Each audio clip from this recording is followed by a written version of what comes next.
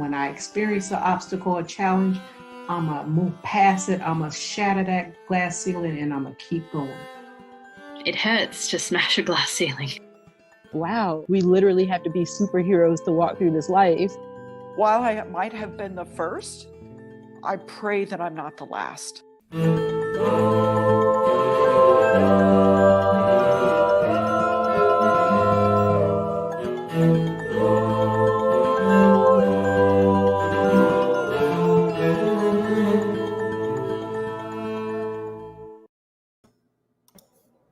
Good morning. Good morning. Hello, hello. Hello. We're in the same state. Yeah, and you're in your new digs, huh? I am. Yeah, I have nothing up in the background, but it's gonna happen soon. Yeah. So yeah. that'll be a How lot of fun. How fun. How's your weekend?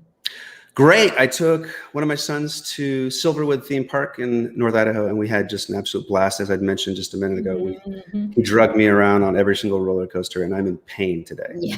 So. I was at Discovery Park with Liz Perpetua from our previous live stream. She was great. We got a chance to catch up and that kind of thing. So I'm really excited about Maria. I have to say, she's congratulations to her. She just got married, and so she's still in that, yay, fun stuff, right? So hope that lasts a long time. Yeah, I'm delighted for her. I'm delighted for her. So I didn't even check to see who was next week. Do we even know? Let's look it up. Or is that? Why don't you talk about the show for just a minute, because we need to give everybody a little bit of background, and I will pull that up. Yeah. Well, I also wanted to give an update on Belinda Liu. She was our gratitude blooming person, and she's gotten her own podcast since then. And Jackie Osborne was a previous guest on our audio, and she's got a new podcast too. That's 52 really Weeks great. of Me. Yeah. So we have so many great women who are doing wonderful things, and I think that people should check out Ilaria, because One Power has a new tribe that they're creating that people might want to check out and participate in. I think she's doing great things. Yeah. Ellie DuPont. Oh, okay. Ellie, we got to reach out to her. That's great. Yeah, She's in, I want to say England. So an artist. So I'm really excited to have her. We're going to reach out and get her going. So so this is going to be great. Well, I don't think we should wait too long to get Maria out here. I know that she's got lots to share with us. So just a brief background. So I reached out to, I saw a post that Maria did.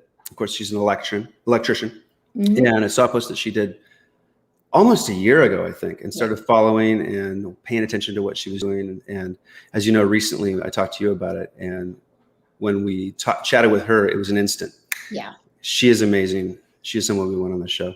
I think we underestimate what women do in trades and what it takes to be that dedicated. And she's got a very important job. So I think that it's going to be very enlightening for people to see there's tons of ways to contribute to the world, and women in trades, very important. So absolutely. Okay. So, well, here we go. I'm going to bring her on. Yay. Hi, Good morning. guys. Hey, Good Maria. morning. How are you? Good. I'm so happy to be here. How are you guys? Great. Well, we hope you'll give our listeners a little context about where you live and what part of the world you're in, and not your address. You don't need to give your address. Yeah, that's confidential, but I can. I live in Fernley, Nevada. It's about 25 minutes from Reno, Nevada. I'm sure everyone knows Nevada because of Vegas, right? But live in a little town. I love it here. I got 4 kids, and just happy as can be. Can you share their ages? Yes, I got a 9-year-old, 8-year-old, a 4-year-old, and a 1-year-old. So I'm very busy. Oh, you are very busy. Yeah. Which girls, boys? How many of each? I have 2 girls. They're the 2 oldest ones, and then my 2 younger boys. But my 4-year-old, he rides dirt bikes. He rides, his electric bike, we bought him a little Harley Davidson electric bike. Very independent. He's on 2 wheels, so that's awesome. And he's been riding on 2 wheels since he was 2. So That's Yes. amazing. Wow. Yeah. Agile, huh? Fearless. Yes, Yeah. I was the one that was scared because his dad was like, no, he's gonna do it. Kids can do anything. I'm like, no, he can't. And You did it. I shouldn't underestimate it because last time someone told me I couldn't, I did it too. So, Right. yeah. That's awesome. Well, That's it's awesome. so funny, Maria, because I'm thinking what the parallel, we think 2-year-olds can't ride bikes and we think women can't be in trades. And Exactly. look what you're doing. So, Exactly. I was like, I shouldn't do that to my own kid. yeah. You have So, those realizations. It starts early. Yeah. When it's good, it starts early. Go ahead, Janine. Well, we already have Maria Luisa and Mary chiming in on the comments. So they're fans. So that's really great to see other women supporting you too. Aw. That's great. Awesome. I love it. Yeah. All right. Building our Well, tribe. Jean, do you want to ask our first question to get us going? Yeah. So, hey, listen, we already know your job. It's an electrician, right? So, but we always ask, what childhood experiences did you have that kind of shaped your path, your decision making? Like, how did you arrive at, I want to be an electrician? And what do you think your early experiences were that shaped that? Honestly, it's just seeing my father in mining that it all started right there because, I've never seen such a hardworking person and wake up so early just to get the job done. And, I'd always sneak out and see what my dad's doing. He's putting on his muddy boots and, he's getting ready to go to work. And not only that, he's been doing it for years, but my brothers decided that they wanted to be electricians too. 3 of my brothers are also electricians. Wow. And my younger brother, he's a software engineer. Double or SFE. Yeah. Sorry. Yeah. He loves it, and seeing my brothers get into the program and just being motivated to do it was like amazing to me. It definitely shaped who I am because I wanted to follow their lead too. But at the time I was really timid and, I didn't want to jump in and, ask some questions just yet until I got older. Being a waitress and not being able to support my kids, that's when it took a turn. But they definitely shaped my path. Tell us a little bit about, I'm going to tell you that for waitresses in the world, I think it is a really great job for people to have some time for reflection and figuring out what they want. They can make money, they can serve people, and then they can start to navigate their world and have a place to land and pause. That's how I really feel about waitressing sometimes, And so I'm wondering, how long did you do that? And was there a turning point? Was there a conversation? What made you say, okay, enough, I'm doing something else? I did it from when I was, I think it was 18 till 21, actually 20. And then I got into a little bit of mining. But my turning point was when I was actually, I was doing the core sampling. We cut core and see if there's, gold or copper. They do the testing, they send them out to labs. And then my boss came in and she's like, hey, listen, I need to talk to everyone. And I was laid off on the spot because they had no money. And that was my first real actual job. And I was only in there for 3 months and I was all excited. I'm like, I'm getting paid $17 an hour. That was a lot for me because I was only getting paid, $8 waitressing. And I was living paycheck to paycheck. And this job was actually like unlimited overtime. Well, they ran out of money for this exploration project, and unfortunately, they let me go and everyone else. But that was my turning point, and I was like, there's got to be something out there for me. And, I wanted an education because I was never taught. My parents, they come from, Mexico, and they weren't able to afford that kind of stuff. It's something about being in the States. It's a luxury to have. And I definitely wanted to get education. And I had a little bit of a push from my fiance right now. He's not my fiance anymore. My husband. It's a recent change. Fiance, yeah. So he definitely pushed me to do it. But yeah, that was my turning point. What's the internal dialogue when you're getting laid off? Because there's got to be that feeling of, you know, Oh my gosh, it felt like my heart just sunk. Like, how am I going to take care of my kids? How am I going to support them? And how am I going to be a role model for my daughters? Like, they saw their mom just get this job, and I had two at the time, and it was just like something about that just broke my heart. Like, I'm not good enough. I can't do it. Am I not a hard worker? I didn't comprehend the fact that they ran out of money. It was more like, okay, they laid me off, Right. But Oh, I have a question. Not that I haven't in some ways been there, but a slight departure. It's women in sciences and women in trades. There just are not many. And there are all kinds of cultural factors and family factors, industry factors around why that is. But I'm curious as to what got you to a place where you thought, I can be in sciences. I can go do mining. I can become an electrician. That's not for everybody, regardless of gender. What clicked for you? What kind of set you up to make have that kind of a thought and that aspiration? Personally, for me, it was seeing my brother's income, seeing the money roll in. It was supporting my family. But when I seen that they were getting paid this much, and my husband, he had a house before I met him, I was like, you're so young, you have a house. I'm like, I want a house too. I want to make my own money. And seeing his paycheck and seeing my husband's paycheck was like, whoa, how long did that take? I want to do it too. And little did I know it was only 9 months, and I'm like, that's it? How come I didn't know about this? It's something that women don't know, because it's male dominant industry. They're not just going to come up to you. They're going to tell a man rather than you. If you're in the room with an advisor, they're going to be like, hey, you want to be an electrician to the man?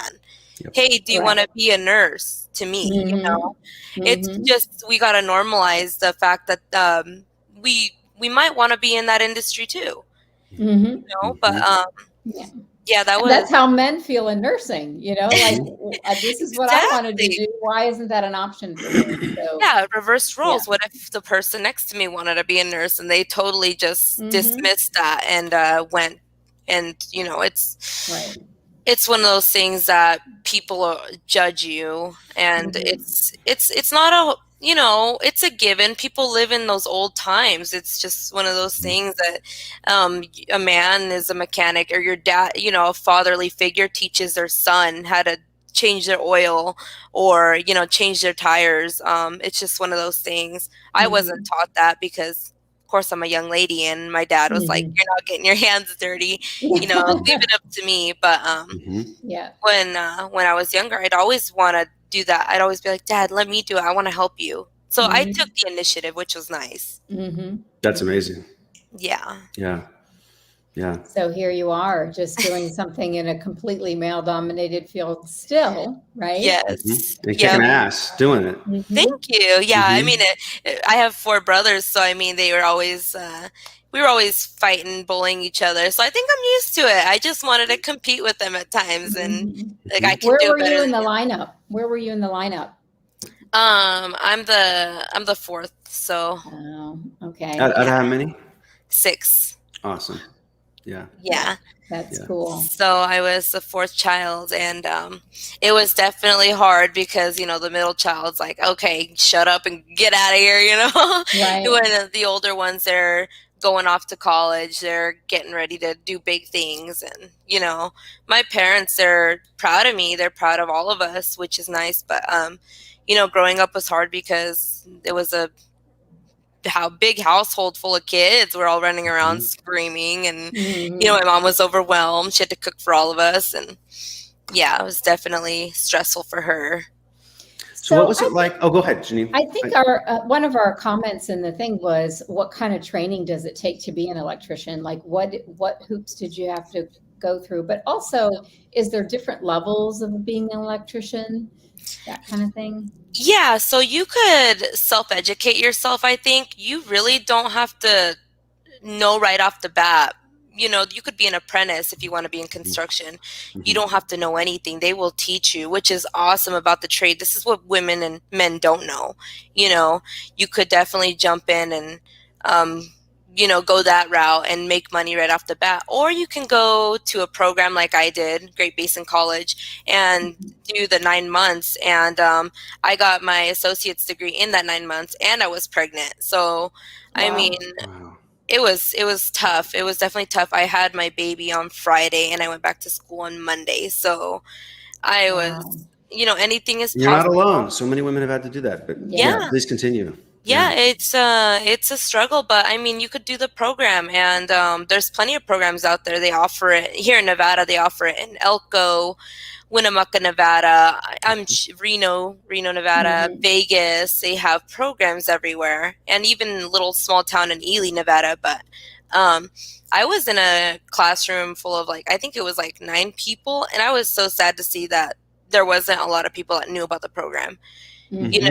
I'm like, wow, I was hoping to see 20 people in my class, but were there other women in the program? There was one other girl, and her name was Abby, and she was also very smart. She was sharp and very great to, we put our minds together. We worked together. We clashed at times because, 2 women, I just, something about that is just okay, we're going to compete against each other. But I can say that we were 2 of the top people in our class, which was awesome. It was a good feeling. Awesome.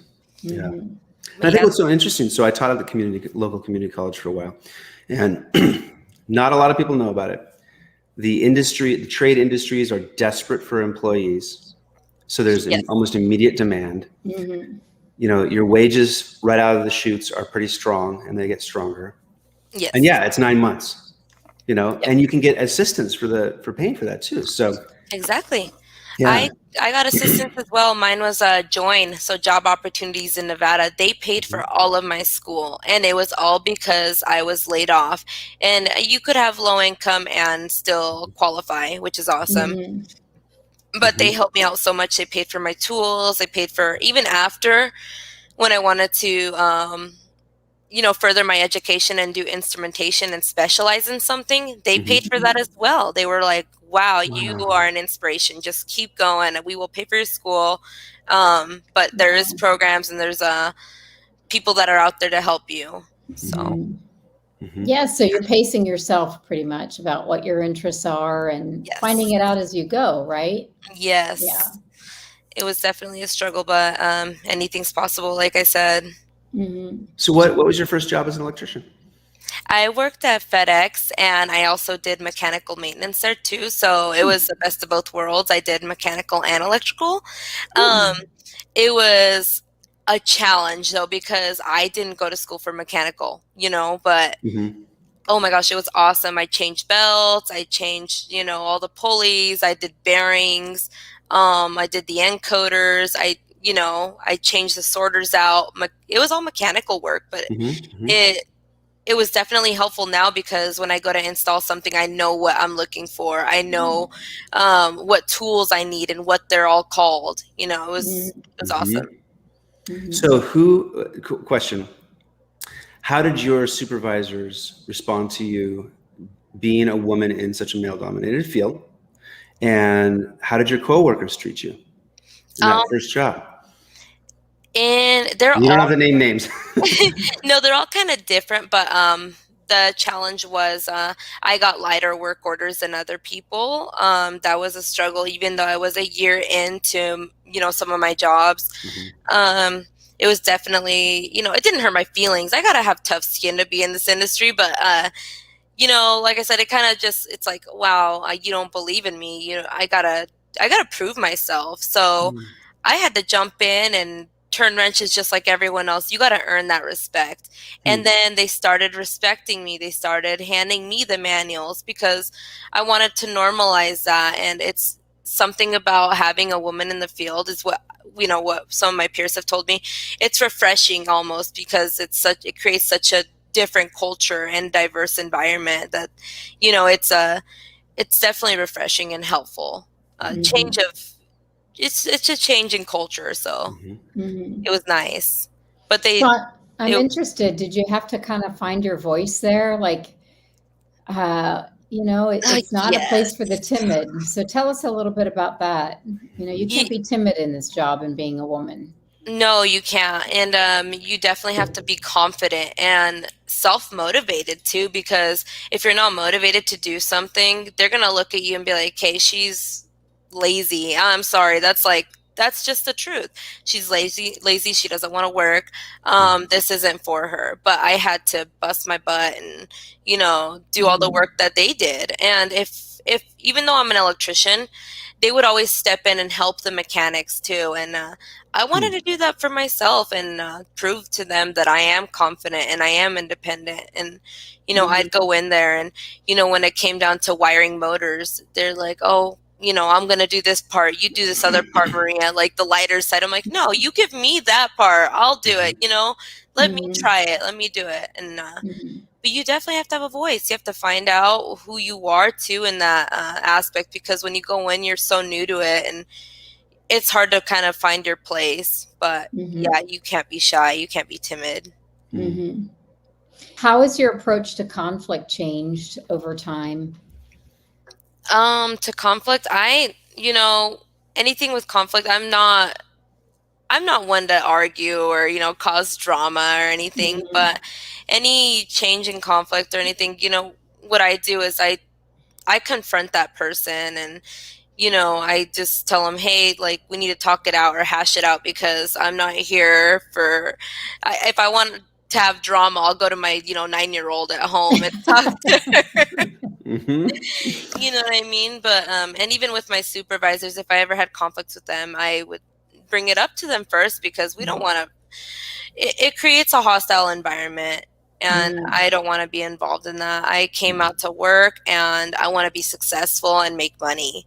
So, so your paycheck must have changed from the time you were a waitress, right? Oh yeah, definitely. I actually got a new job at Fulcrum Bioenergy.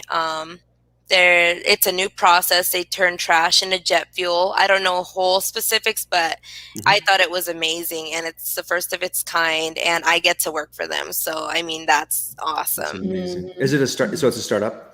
Yes, it is a startup, and they're gonna be in commissioning phase. So right now, I think they just got done with construction, but it's amazing. I went into the process and took a tour, and it's just amazing what they're doing. And I'm glad to be a part of anything green, because I work for Green Power. Now this is green too, so I'm all for it. What I love about your story is that, here you are, a waitress, and you say, "I got to provide for my kids. How can I make more money?" And you look left and look right and you say, "Okay, this is what they're making. This is what I'm doing." So you're kind of driven out of a need and a necessity. Yes. And the minute you're able to reach that goal, then you can be driven by a purpose or a contribution that says, anything sustainable, that's great. They're doing incredible work. It's sort of like, once that basic level of need of how do I feed my kids gets met, you're now at the next step where you can say, I can make a contribution that's meaningful to me and still use all the skills that I've gotten. And I love that, because we can't always do that in our first job. We have to kind of weave until we can kind of bring all that stuff together. So exactly. Without this job, I wouldn't be able to do my investments, my Airbnbs, and that right there. I cried when I got my first house. My fiance and I, my husband and I, we've been buying houses and doing real estate, buying and selling. And without my job as an electrician, I wouldn't have been able to do that as a waitress, honestly. Like, let's think realistically. There's no way. There's only so much you can put down on a house, and your income has to be, 60,000 plus or something, and that's hard for some waitresses. They may only make $20,000, $30,000 a year. And I think it's definitely beneficial to me to have those investments and to leave something behind for my kids. So tell us that this is your side hustle, right? Your Airbnbs. Yes. So tell us how that came about. Like, where did that idea spring from? So my husband and I, we had our first house here in Fernley, and he sold it and made 100,000 plus on that house. So he bought 2 more. Him and I did. Mhm. And at that point, we told our friends, like, hey, real estate is where it's at. That's where we're making money. You guys need to do it too. Well, actually, one of his friends was like, I'm going to do it too. He bought a house and then he did Airbnb. And it's funny how we inspire others and they inspire us back, because he taught us a new way to make money and invest in something else, because we're like, oh, we were just buying and selling and renting, what is this Airbnb? And so when we started the Airbnb, I had so much money rolling in. I was like, what am I going to do with this? Like, Good problem. Yeah, I was like, what are we going to do with this? I need to do something with it, because now me and my husband, we're going to buy another Airbnb, and that's what it is. We're just going to keep this chain going. And I know people say the housing market's going to crash. People are always looking for a place to live, though, and needing a hotel or needing somewhere to stay. So there's a little niche in that market, and I definitely got in on it at the right time. So yeah, good for you. Yeah, I thank love you. hearing that story. It's sort of like That's keeping it awesome. evolving and creative. And Yes. so I want you to tell our listeners about your girlfriend down the street. Yes. So my Nadine. friend, she's my neighbor. Her name's Nadine Dela Cruz. She is so successful. She has found a way to make money. She says her job now at Tesla is her side hustle, which is amazing, because I'm like, this other business that she's doing something with crypto. I think it's called like NFT or something. I don't remember what it's called, but it's something to do with cryptocurrency. And, I kind of read a little bit into it. They sell art online, and she's doing it. She's killing it. And she's also doing, she has a whole Bitcoin mining setup in her house, which is amazing. I walk in and, she has the fans going, all these bright colors on LED lights everywhere. I'm like, what are you doing in here? And she's like, we're doing the Bitcoin mining. And she's like, it's amazing, the income that you can get off of it. And I was just like amazed. She's an inspiration to me, and she pushes me to become a better person and to make more money and be successeful. I told her, we're going to be millionaires, Nadine. Like, we're going to do it. I'm not stopping where I'm like right now. We're going to be doing something. And I wish she would start at LinkedIn, because she is such an inspiration. And I'm going to convince her to do it after today. Like, you got to do it, girl. Yeah. But I definitely want you guys to meet her, and hopefully she can come on and teach you guys a little bit about the crypto and her side of the story. Bring it up to Tahoe. Well, yes, I will. We'll talk about that. I can see that you're the best part. I have to say that money is one thing. I mean, it's great to have if when you need it, right? But the creativity and the fun of kind of watching your bank account, sometimes it's not really about the quote money. Yeah. At least for me, it's more about, hey, like, this is one of the markers of success. There's so many markers of success, right? Yep. But it's sort of the creativity part for you. I can feel the energy of, this is the next creative thing. Yeah. So I'm wondering, I think that money is one part of success, right? And so the other part of success is who you are and how you take care of yourself. Do you have any like self-care hacks or things that you do for yourself, or how do you invest in yourself? For me, it's taking the day off with my kids. They are my number one priority. I take the day off with them. I go snowboarding with them or teach them new things, and I involve them in extracurricular activities. It's not about money, but I want to live comfortably and want them to not have to worry about being hungry the next day, or is mom going to have to work a double shift, But my self-care is taking the day off, because if you overwork yourself, you tend to veer off and lose sight of what really matters, like your family. And work isn't everything. Like I say, like, I know they say you're just a number, but I tend to put that in my head, because my kids are my number one, and I have to work for them, but I need to take a day off and do self-care with them and hang out with them and teach them new things too. And but yeah, that's my self-care, or listening to podcasts and reading a book, or you know, just doing stuff like that. I feel like it's necessary to take a step back and do that. So what are you listening to and what are you reading these days? I usually do, if you guys ever heard of Darman, he does like inspirational videos and podcasts. I mainly listen to him because he talks about, you know, racism or, you know, diversity, and I love listening to that because I live it. I've been there. I've done that. It's hard because you can be judged, and you know, you want to be the change. You want to change someone's perspective and say, hey, you know, just because I don't look a certain way doesn't mean I can't do the job. But yeah, I listen to him, and yeah, I mean, I do a lot of YouTube videos too, like not creative myself, but listening to a lot of YouTube videos, and you know, just self-educating myself to further myself in like electrical and instrumentation. But yeah.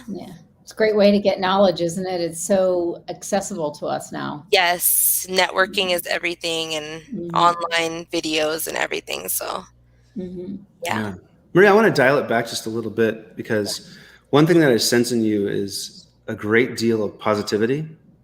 Thank you. Absolutely, you immediately come off as, no, I'm going to do this. Aww. This is going to happen, right? And so, but I know that you have faced some pretty big challenges. Would you be willing to chat about some of the harder things that you've had to overcome in life? You can go as early as you want or more recent. It's totally up to you. Your call. Yeah, I think some of my challenges were not being respected or, you know, trusted as a woman in a male dominant field. You know, some people, when I got my job at the mine, I'm not going to say which mine, but, you know, I walked in and they're like, oh, this girl is going to be the only, and I like, we have a girl doing this. And I just remember overhearing that conversation. And for me, it was like, wow, that's a punch in the gut. It just gave me that horrible sinking feeling like I don't belong here, you know. But really, I just had to build my rapport with my peers and my coworkers. And, you know, like I said, the lighter workload, they wouldn't give me work orders that were, you know, strenuous or they thought was too big for me, or just not respected. You know, beautiful women in an industry is one thing. Every girl's beautiful, but like being in an industry like that, you know, there's a lot of sexual harassment that goes on too. And it's just one of those things that people don't want to talk about because it's so like, you can't come out and say it. But I mean, I've had instances where like, oh yeah, hey, you're so hot or you're sexy, like come work with me. And I'm just like, no, that's disgusting. I don't want to do that.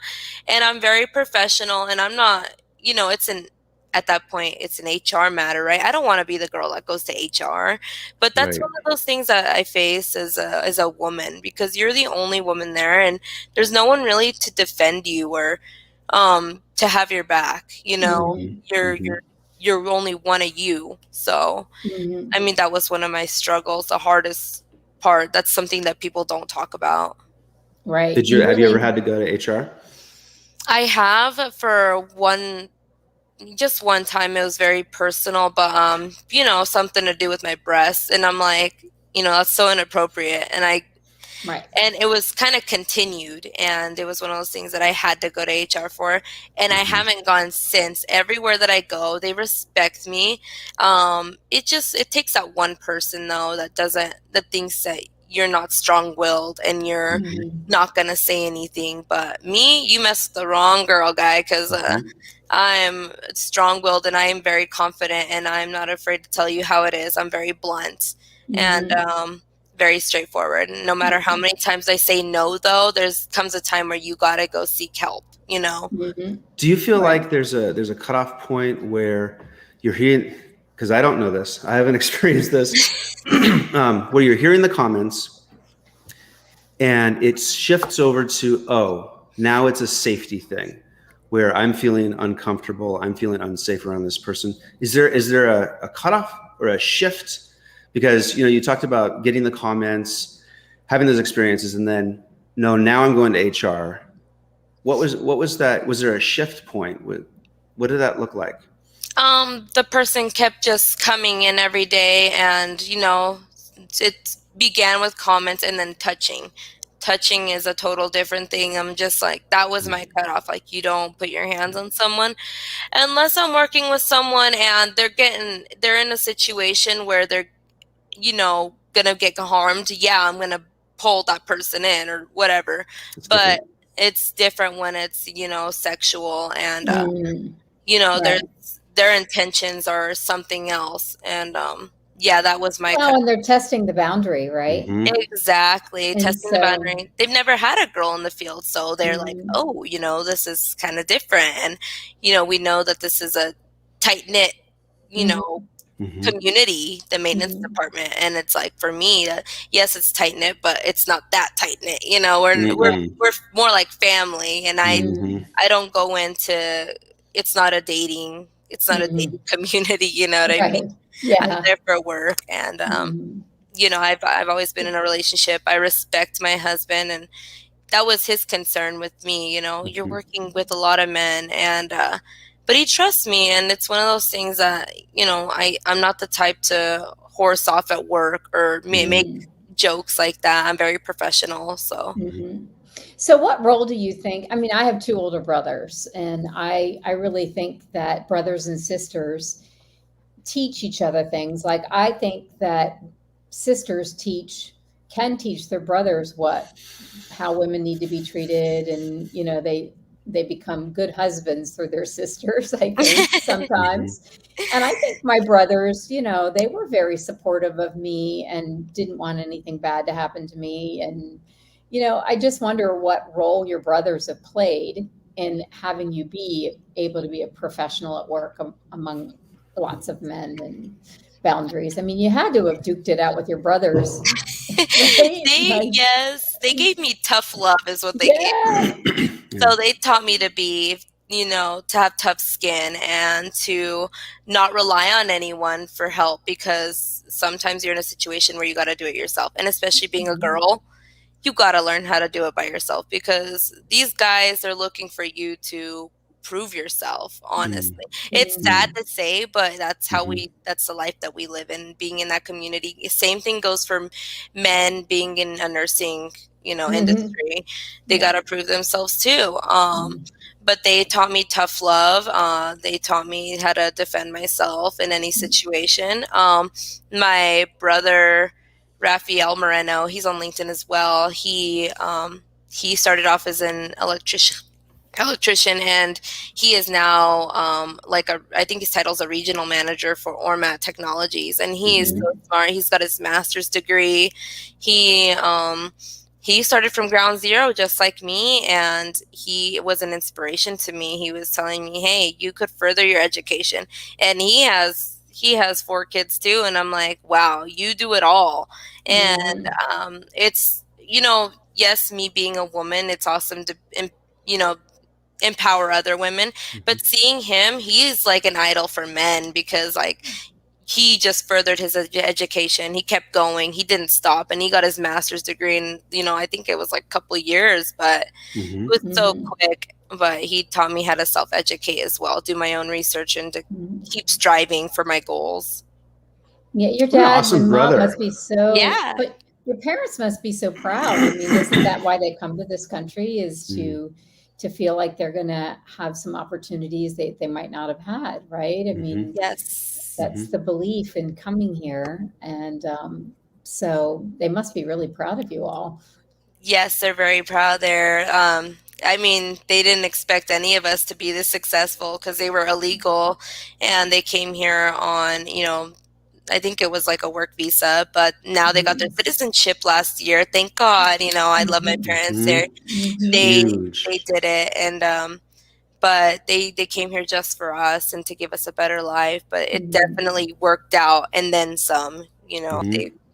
My dad taught me how to be a hard worker. Like, he didn't Yeah. stop. His parents died at a very young age, and he left Mexico when he was about 16, and Wow. Mhm. he crossed, and it sucked, because he did it on his own, and his brothers, his brothers, they went in a different direction, but he's here now and he's healthy and he's still working at the mine, and he's just proud. Mm-hmm. So, was there ever an anxiety growing up about the illegal status? Like, were you aware of it as a kid?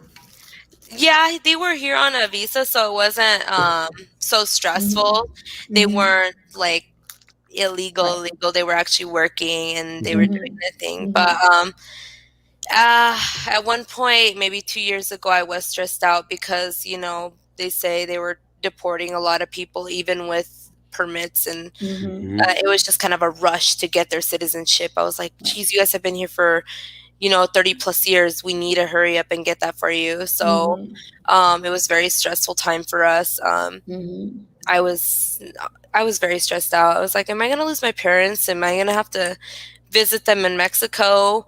I can't constantly be going to Mexico, but luckily they were able to get their citizenship and now they're here. And, I don't want my dad to work as hard anymore. He supported us since he's been working since he was 16 or 14, I think, on a ranch.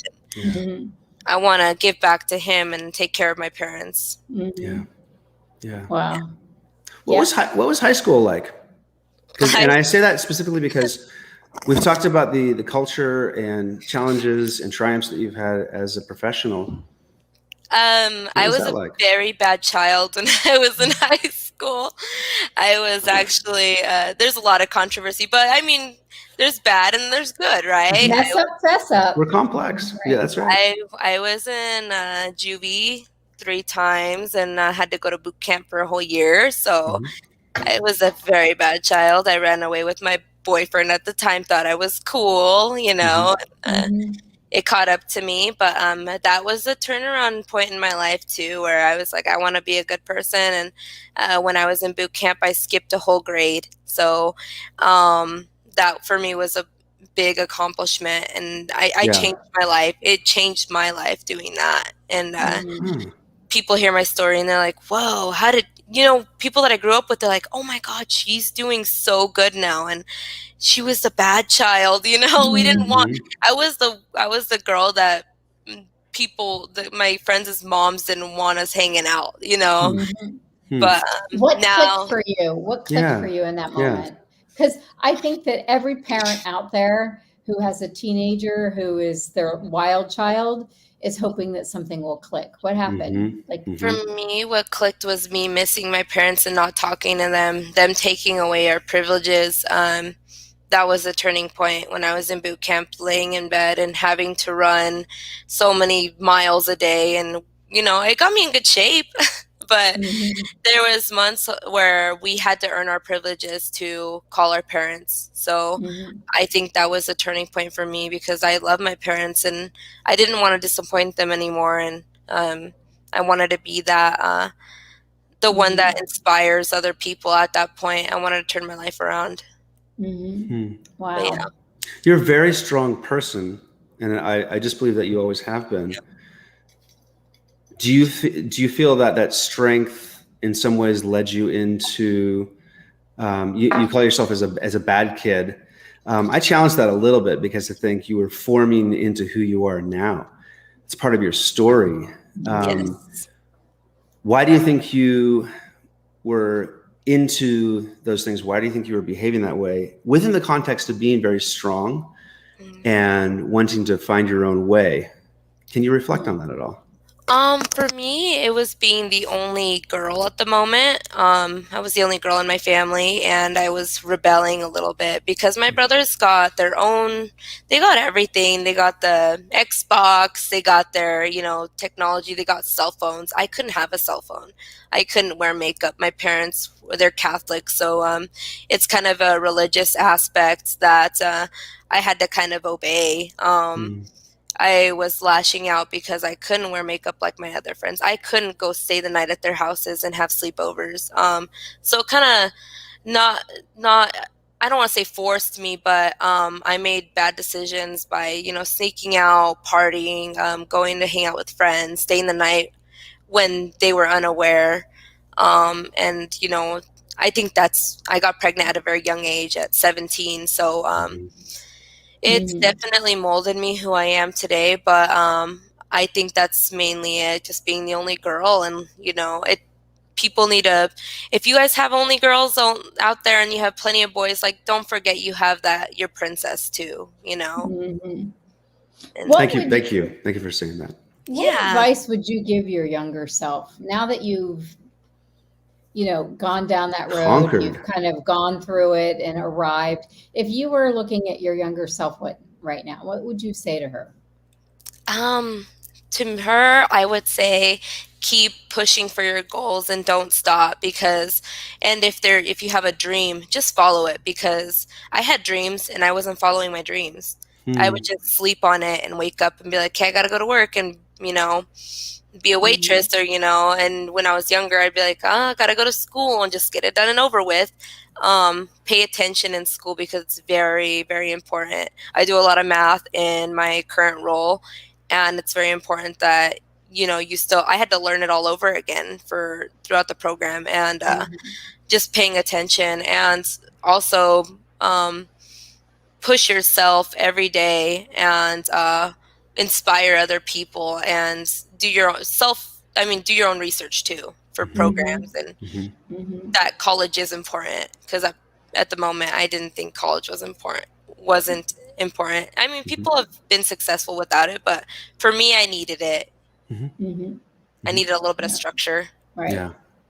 Yeah. But yeah. Well, and also it sounds like you needed a goal to get to, like you needed to have, I've completed something. I've been able to arrive. I think that that's the great thing about school as opposed to self-taught. It's when Yes. you're self-taught, you don't know. I mean, I love learning, so I feel like I'm always self-teaching, but you just don't know when you've arrived at a level of Yes. accomplishment. And Mm-hmm. yeah. Exactly. No, definitely. Getting a little bit of structure and having someone teach you the right way is Hmm. helpful, instead Mhm. of struggling. I mean, I've had to struggle at work, out in the field, when there's a new instrument that I have to learn, or you got to Mhm. self-educate yourself. But it's definitely nice to have a little bit of structure and someone telling you how to do it the right way. Yeah. You made the comment about don't forget you have your princess at home too, and you have boys and girls, Yes. right? So, how do you think you parent your daughter? Do you have one daughter or two? Too. Two. How do you think you parent your daughters differently than your sons based on the fact that you've, been raised with so many boys in the house? Like, how do you think that's translated into your parenting? I'm definitely more about independence with my girls. My boys are they're wild. They're already independent. Mhm. I think it just Mm. comes naturally for them. And for Yeah. my girls, they're very shy and timid. But I also give them a little bit of tough love, and hey, read your book every day. Mhm. I'm hard on my son, but he's only 4. But my girls, I wanna teach him things that I didn't know when I was younger. Mhm. Read your book every day. I'm gonna sit down with you and teach you, because my mom didn't teach me, because there was a language barrier. Hmm.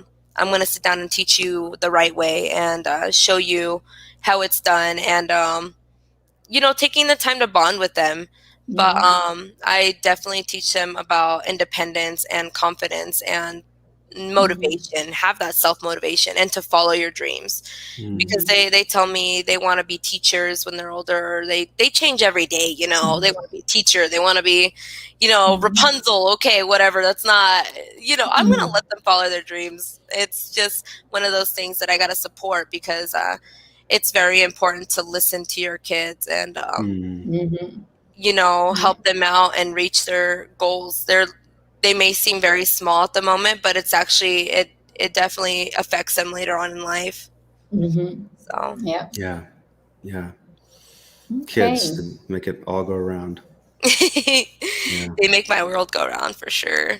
Yeah. Maria, we've got one more question. Okay. And I don't want this to be the last question, because we're having a blast with you. This has been so much fun. Thank you. What are you most hopeful about with regard to women in your industry?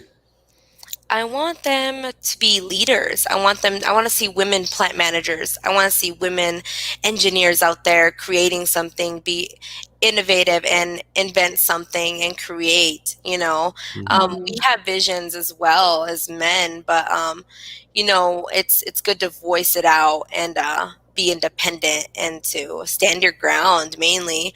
Like I want to, when I said I wanted to be a lead, I was the only E&I at my plant. So I was a lead. I had to be leading by example. I was over electricians in the union, and it was amazing. But you definitely don't see women like that out there. I've yet to see one woman plant manager. I've seen women engineers, but I want to see someone that's creating something or, being above a whole department. That would be awesome. That's my dream and that's my goal. That for yourself personally? For myself as well. Excellent. Yeah, I want to be a plant manager someday, and I'm not going to stop. So what leadership training or self-teaching, or do they have a leadership course that you take or anything like that? Is that going to be something? I want to see a woman plant manager too. I'm rooting for you already. Honestly, you got to request that. You got to do it yourself, because if they don't know what you want, they're not going to do it for you, and it's not going to be laid out there for you. There is no plan unless if you're a technician, you're a technician, right? You go up to your certain level. Say there's level 5, 1, 2, 3, 4, 5. Okay, I've reached my level. They're not going to know what you want unless you go up to them and say, hey, I want to be a manager one day or a supervisor. What do I need to do? Or start early, take your own classes, learn all the prerequisites that you got to take the prereqs before you jump in and say, hey, I'm going to be a manager. You know what I mean? Right, sure.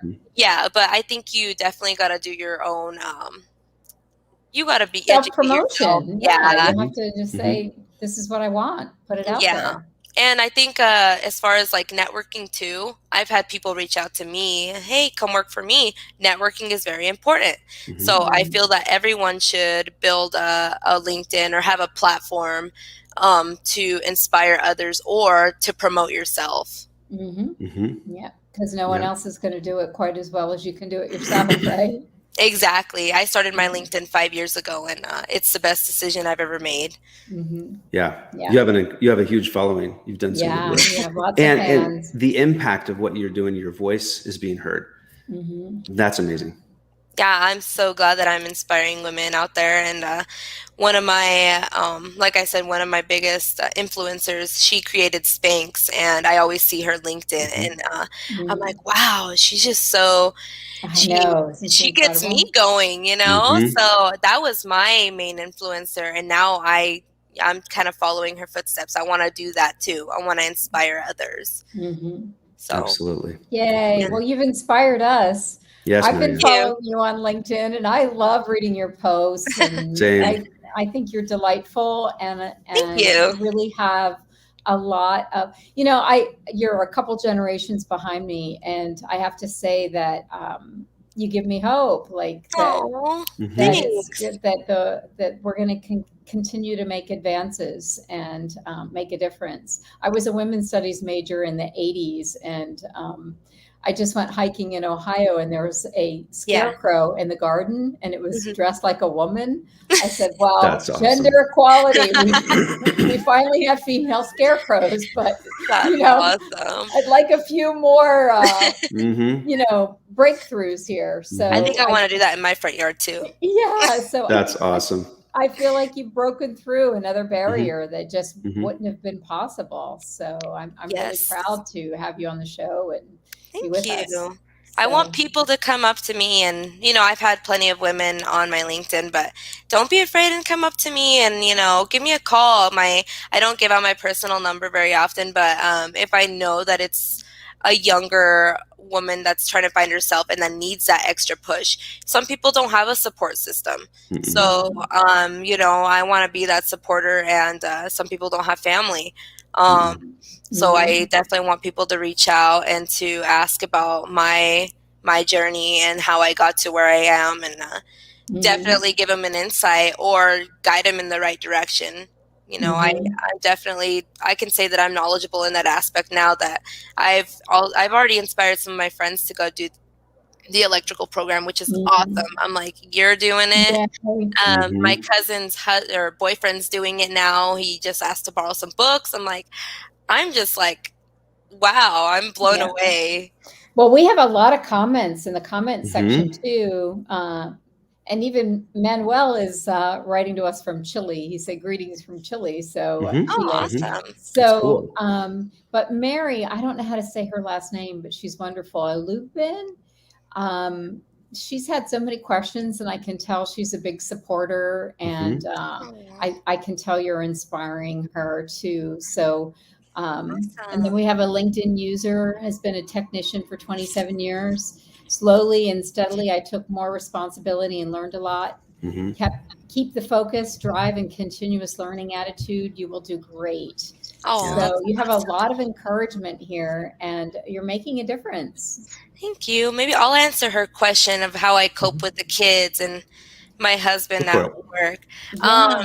So I like I said, I have my side hustle and I have my job, but how I cope with that is just like, you got to make a schedule, and using my Gmail is a very powerful tool, managing everything and scheduling everything in. And honestly, without my husband, I don't know where I would be, because it's definitely hard. I have to take days off of work to, you know, be in podcasts or even make videos or, you know, answer people's questions. Sometimes I'll take the time and just, you know, use my Gmail to schedule everything in. You definitely got to have a schedule and a calendar right in front of you, because you can't just wing everything.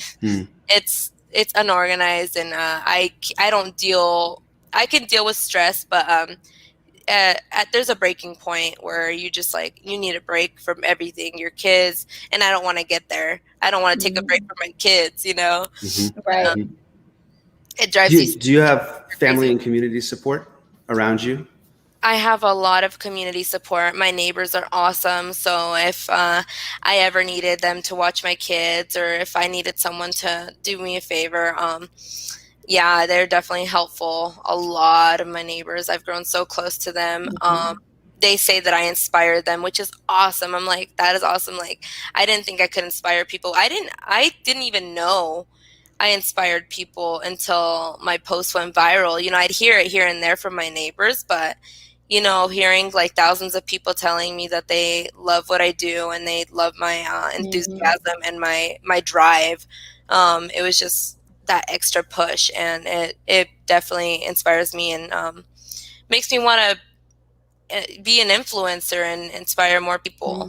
So I also think that you're right on that. Sometimes you can live in neighborhoods where you don't even know your neighbors. It's you can live there, and you know, when I lived on the East Coast and it snowed, you knew your neighbors because you took care of each other, shoveling each other's walk, right? Yes. If you don't have some natural disaster that forces neighborhood community, sometimes you just don't. And we've kind of lost that feel. So I think that's a very important part of being successful, is creating that community, however you do it.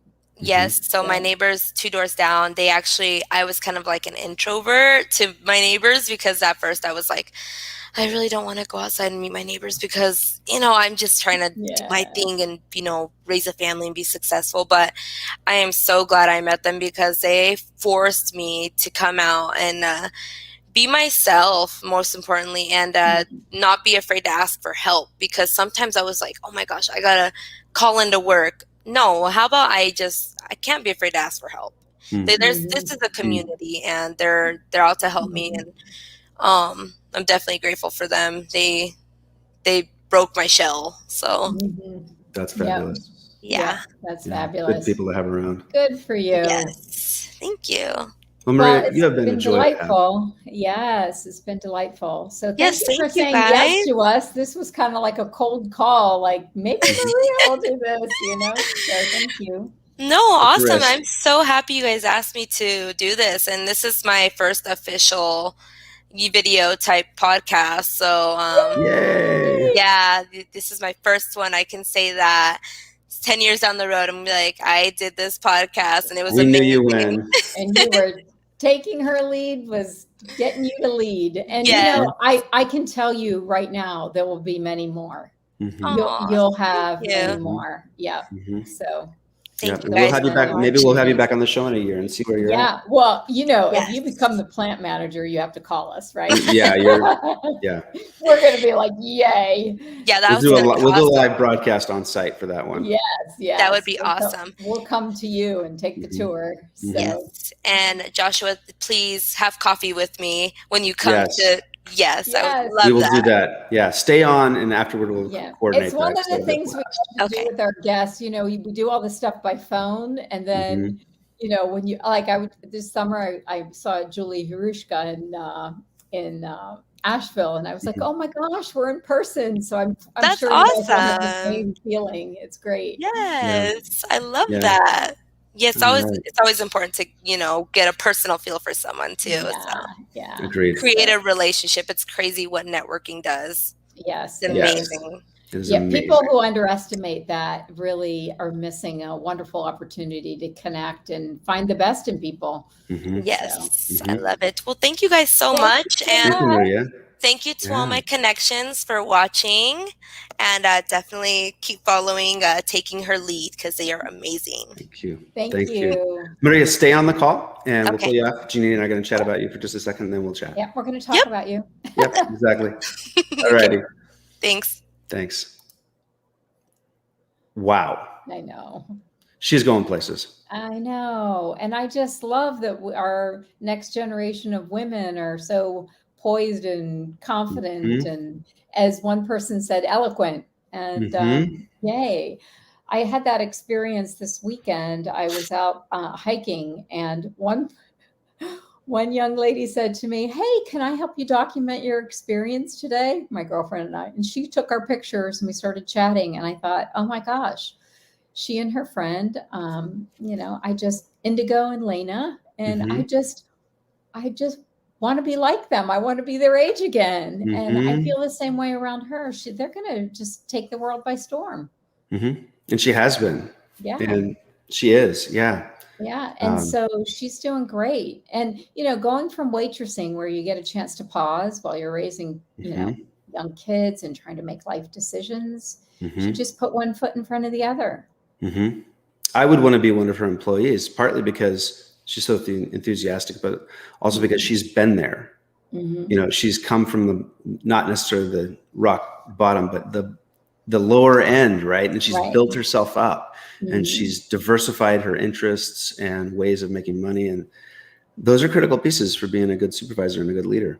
So, well, I love her story about being a rebel rouser. And I'll tell you, I think it's good to be a rebel rouser. I do too.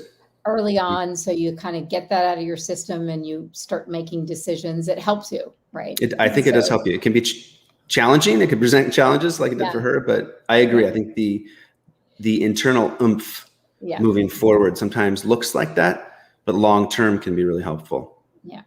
Well, I think it's a wrap. Thank everybody for the comments. We love reading the comments, and we hope you'll share the episode with all of your other networked listeners, that kind of thing, because she really has a story to tell.